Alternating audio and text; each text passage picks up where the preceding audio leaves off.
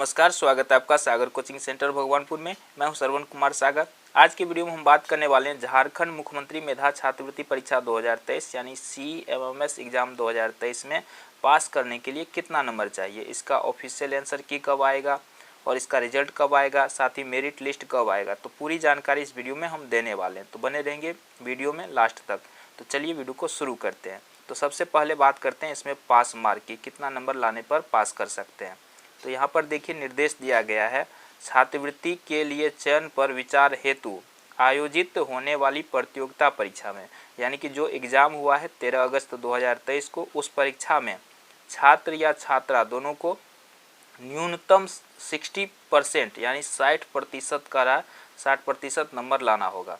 तो इसका क्या मतलब है, टोटल आपका एग्ज़ाम कितना मार्क का हुआ है, 180 मार्क का, और इसका निकालना है 60% आपको लाना है। तो 60% का मतलब क्या है कि यहाँ पे बट्टे में 100 लेंगे, ठीक है, और यहाँ पे देखिए अगर इसको हम कट करते हैं तो कितना आता है, 108 आता है, ठीक है। तो यानी कि कम से कम आपको 108 नंबर लाना होगा। ये कम से कम की बात हो रही है, इससे अधिक आ रहा है तो बेहतर है, इससे कम में आप पास नहीं कर पाएंगे। तो 108 से ज़्यादा अगर आपका आ रहा है तो आपका चांस है पास करने का। साथ ही इसमें एक और कंडीशन है, दूसरा कंडीशन क्या है कि तथा प्रत्येक खंडों में 40%, प्रत्येक खंड में 40% का क्या मतलब है, यानी कि इसमें आपको 2 खंड हुआ था, एक सेट और एक मैट। तो अगर पहला खंड में 90 मार्क का था तो इसका 40% आपको लाना है। तो यहाँ पर इसको अगर निकालते हैं तो ये निकलता है 36, यानी कि दोनों पेपर में आपको 36 से ज़्यादा मार्क भी रहना चाहिए। जैसे कि मान लीजिए एक पेपर में आपको जो है 70 मार्क आ गया, दूसरे में आपको 30 ही है, तब नहीं हो पाएगा, ठीक है। दोनों में आपको ये देखना है कि 36 से ज़्यादा भी रहना चाहिए, दोनों पेपर में पास करना ज़रूरी है। साथ ही दोनों मिला करके कम से कम 108 से ज़्यादा नंबर भी लाना है। ये हो गया जनरल के लिए। लेकिन अगर आप SC कैटेगरी में, SC ST कैटेगरी में आते हैं तो आपको कुछ छूट भी है, जैसे कि उसको 35% ही नंबर लाना है, यानी कि जो दोनों पेपर जो नंबर लाना है तो वह अगर 30 नंबर भी ले आता है दोनों पेपर में 30 से ज़्यादा तो पास हो सकता है। लेकिन ये पेपर में पास करने के लिए, लेकिन मेन दोनों मिला करके जो है उसको भी 100 से ज़्यादा नंबर लाना होगा, ठीक है। तो 100 से ज़्यादा है तभी चांस है। अगर आप OBC जनरल में आते हैं तो 108 नंबर से ज़्यादा है तो चांस है आपका पास करने का। तो ये हो गया पास मार्क की। अब बात करते हैं सीट कितना है और आगे क्या प्रोसेस है उसकी, और ऑफिशियल आंसर की। तो चलिए देखते हैं। यहाँ पर देखिए कि इसमें आपको पता है कि 5000 टोटल छात्र छात्राओं के लिए सीट निर्धारित है, पूरे झारखंड मिला करके 5000।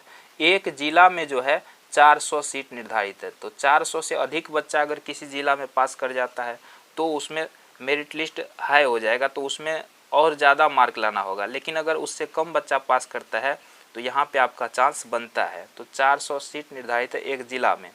उसके बाद देखिए अगर आप पास कर जाते हैं तो आपको कक्षा 9वीं से 12वीं तक 12,000 रुपया करके छात्रवृत्ति दी जाती है।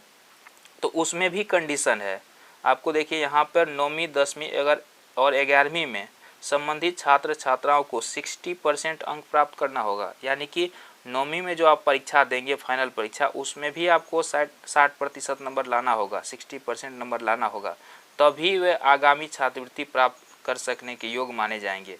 यानी कि इसका मतलब ये नहीं कि आप सिर्फ CMMS एग्ज़ाम में पास कर लिए और आपको 4 वर्ष तक छात्रवृत्ति मिलता रहेगा। आपको आगे भी 60% नंबर लाना होगा सभी परीक्षा में, 9वीं में भी, 10वीं में भी और 11वीं में भी 60% लाना ज़रूरी है, तभी इस योजना का लाभ अब आपको आगे भी मिलेगा।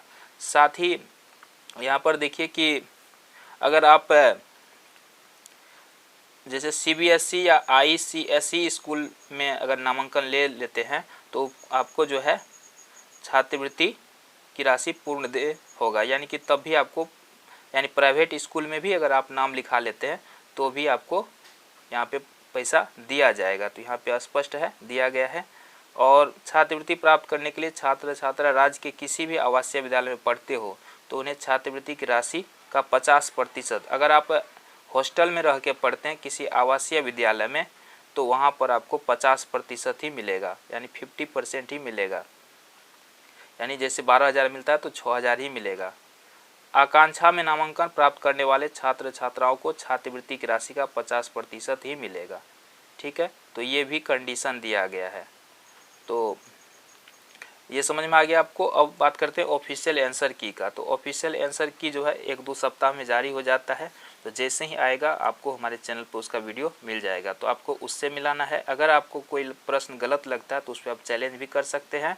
और इसके बाद रिजल्ट की अगर हम बात करें कि रिजल्ट आपका कब आने वाला है, तो रिजल्ट जो है आपको कम से कम रिजल्ट आने में आपको 4 महीने का समय लगता है, ठीक है। 4 मंथ का समय लग जाता है रिजल्ट आने में। तो आपको इंतज़ार करना। अब आपने अगस्त में एग्ज़ाम दिया है तो आपका रिजल्ट जो है दिसंबर के लास्ट में या जनवरी में आने की संभावना है, ठीक है।